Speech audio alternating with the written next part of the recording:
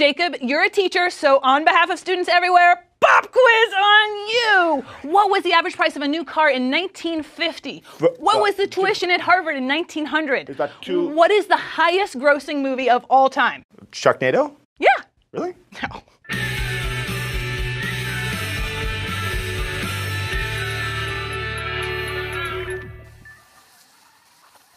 When it comes to inflation, most people think prices go up over time. Okay, I get it. Who cares? Well, you do. A lot. Let's say you got a 2% raise at your job. But while you're raking in your extra 2%, prices rise by 5%. Guess what? That means you didn't get a real raise. Sorry. After adjusting for inflation, you're actually losing 3% of your purchasing power. Well, let's take a look at Stan. Hello, Stan. Purchasing power tells him how much physical stuff like pizza, haircuts, and neutral milk hotel tickets he can actually consume. If prices go down, he can consume more stuff. His purchasing power has increased. Or if prices go up, he has to consume less. His purchasing power has decreased. A rise in prices is effectively the exact same thing as a cut in wages, and vice versa. The first thing we need to know is how economists measure inflation, or the overall price levels in a country. Using that measure, they can do things like adjust prices from the past into today's dollars and give us a reading on how fast prices are rising. Second, we're going to look at inflation and talk about what leads one country to have inflation while another has falling prices. Finally, we're going to look at bubbles, which happen when the price of just one good soars as a result of collective delusions and irrational exuberance. We all know that prices tend to go up over time. The average movie ticket in the US today is $8. In 1939, when Gone with the Wind was released, it was 23 cents. So to compare box office sales between different years, we have to adjust for inflation. But how do we do that? I mean, the prices for some things are rising quickly, like college tuition and healthcare, and for other things it's rising slowly, like cars and food. But prices for stuff like electronics are even dropping. Stan, how much are DVD players again? So when they're adjusting for inflation, economists first pick out a list of goods that represents what an average consumer buys in a year. Say 12 months of rent, 300 gallons of gasoline, 50 loaves of bread, 20 burritos, and 7 movie tickets. That kind of thing. It's called a consumer basket. They add up the price of this year's basket and do the same thing for the next year and the year after that. So eventually you have a long list of basket costs for a bunch of different years. Then you pick a base year. It can be any year you want. You divide the basket cost of each year by the basket cost in the base year and multiply it times 100. That gives you something called the Consumer Price Index. The CPI shows how prices have changed between different years, and it's by far the most commonly used measure of inflation. To determine the highest grossing movie of all time, we have to adjust for inflation. Gone with the Wind, Avatar, and Star Wars were all made in different years, with different ticket prices. The CPI allows us to adjust for inflation by leveling the playing field and putting all the earnings in the same base year prices. You'll hear economists using the words nominal and real a lot. Real means that a price from the past has been adjusted for inflation. Nominal means a price from the past that hasn't been adjusted for inflation. So the highest nominal box office receipts list is quite different. Avatar, Titanic, Avengers, Jurassic World, of course, most of these movies are more recent since ticket prices are higher today. But the point is that when economists make historical comparisons, they always use real values. It's worth noting that the CPI isn't perfect, since we have to keep the market basket constant over time. A traditional CPI won't adjust for either new products or increases in product quality. So a market basket from the 1950s might include a black and white TV that gets like a few channels and weighs 1 billion pounds. It's nothing like your 40-inch flat screen. Government economists use adjustment factors to simultaneously account for technological progress and keep two different years comparable. But it's very complicated. Economists can also use the Consumer Price Index to calculate the rate of inflation, how quickly the general price level is rising from year to year. Here's the rate of inflation in the US over time. As you can see, prices grew slowly during the 50s and 60s, sped up during the 70s and 80s, and then went back to growing slowly. On the other hand, here's the rate of inflation in Japan. For the past 25 years, prices in Japan have actually been falling slightly. Economists call that deflation. And here's the rate of inflation in Venezuela. The past several years have seen prices rising very fast there. At the end of 2014, the inflation rate was nearly 70%. But what causes inflation?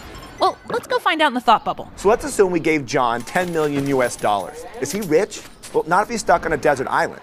Being rich isn't about how much money you have, it's about how much purchasing power you have. So let's put John back in society so he can start buying stuff. If other people also have a lot of money, they're going to bid up the prices for goods and services. That last slice of pizza is $2, but Hank might offer $3. John might counteroffer $10. Actually, this might be a bad example since John and Hank would probably share the pizza, they're brothers. The point is, if people have a lot of money and they want to buy more stuff, they're going to bid up the prices for things, causing inflation. This is actually called demand pull inflation. In the language of economists, it's too much money chasing too few goods. Now, another cause of inflation is the decrease in availability of an important productive resource, like oil or something. An oil shortage would increase the price of gasoline, increasing the cost of delivering flour and cheese and pepperoni. This would increase the cost of producing pizza and therefore decrease the number of pizzas that can be produced. Economists call this a supply shock, and it causes something called cost push inflation. So to keep it simple, inflation is caused by either consumers bidding up the price of stuff or producers raising prices and producing less because there's an increase in production costs. Either way, inflation is the result of having more money than goods and services. Thanks, Thought Bubble. So who's got inflation today? Venezuela. In the 1950s and 60s and 70s, Venezuela had one of the strongest economies in Latin America with stable inflation. It's also a country with huge amounts of oil. But this is case number 478 that natural resources don't equal economic bliss. Economic mismanagement and political instability have reduced oil exports from Venezuela. The government's tried to keep the economy growing by printing more money, but that's only resulted in soaring prices. It's a bad scene. But prices go up all the time without necessarily causing inflation. Let's look at the price of chocolate over the last few months and the price of housing 10 years ago. Lots of inflation, right? Well, no. Well, in the case of chocolate, we have a straightforward supply and demand story. As China and other nations develop, their consumers are spending more on treats like chocolate. Also, dark chocolate has become more popular worldwide. Now, both of these trends have increased the demand for cocoa beans, which is used to produce chocolate. At the same time, disease and drought have limited harvests and decreased supply. Higher demand and lower supply means higher prices for chocolate. Now, on the other hand, it's hard to explain the rise in home prices with just supply and demand.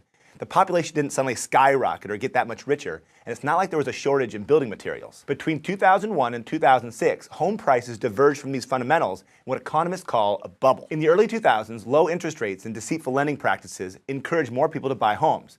That raised demand and increased the price. But then people saw prices increase and assumed it would continue forever. So they liquidated their Beanie Baby portfolios and bought houses in hopes of making a huge profit. This is called speculation. More buyers were pulled into the market and prices rose faster and faster. In fact, average home prices in the U.S. doubled between 2000 and 2006 and nearly tripled in cities like Los Angeles and Las Vegas. There were even more dramatic spikes in home prices in countries like Ireland and Spain. News stories about rising real estate prices along with easy credit convinced even more people that buying a home was a one-way ticket to riches. At the time, there were plenty of people pointing out that rising home prices were unsustainable. In fact, in 2005, The Economist magazine called the global rise in home prices the biggest bubble in history. And economists like Robert Shiller and Nouriel Roubini were predicting a crash. But those warnings couldn't compete with your brother-in-law bragging about how much he just made flipping a home, or banks pushing ninja loans so more and more people got into the act. Wait, Stan, there were ninja bankers? That's amazing. Oh, ninja stands for no interest, no jobs, and no assets? That's not so amazing. The problem with a bubble is that it depends on an ever-increasing supply of buyers. Each person is betting that they'll be able to sell at a higher price to the next person. But eventually, you run out of buyers, and the bubble bursts. Bubbles aren't a new thing. In the late 1990s, there was a stock market bubble for companies involved in this brand new computer thingy called the internet. Investors poured billions of dollars into internet stocks, and they got in on the ground floor of Pets.com or Boo.com. It turns out these companies had only one floor and a deep, deep basement. The stock market collapsed in early 2000. Perhaps the granddaddy of all bubbles was Dutch tulip mania in the 1630s. Tulip gardens became a social fad among the emerging class of wealthy merchants, driving up their price. More and more people got in on the tulip action, making quick fortunes. And that brought in even more people, desperate to get their hands on a tulip bulb. At the height of the mania, people were willing to exchange 12 acres of land or 10 years worth of salary for a single tulip bulb. While a tulip bubble sounds incredibly beautiful, incredibly lovely, just floating petals, red and pink and yellow. Sorry, what am I talking about? The bubble burst, and tulip bulbs are now less than $1. Understanding inflation is not just academic. This affects you. Someday you might have to ask your boss for a raise. Knowing some economics can help you negotiate a real wage, adjusted for inflation. Thanks for watching. See you next time. Thanks for watching Crash Course Economics. It was made with the help of all these nice people and the greatest bubble of all, thanks Thought Bubble. If you'd like to help keep Crash Course free for everyone forever, consider going over to Patreon. It's a voluntary subscription platform that allows you to pay whatever you want monthly. Thanks for watching. Don't forget to be irrationally exuberant, at least with your feelings.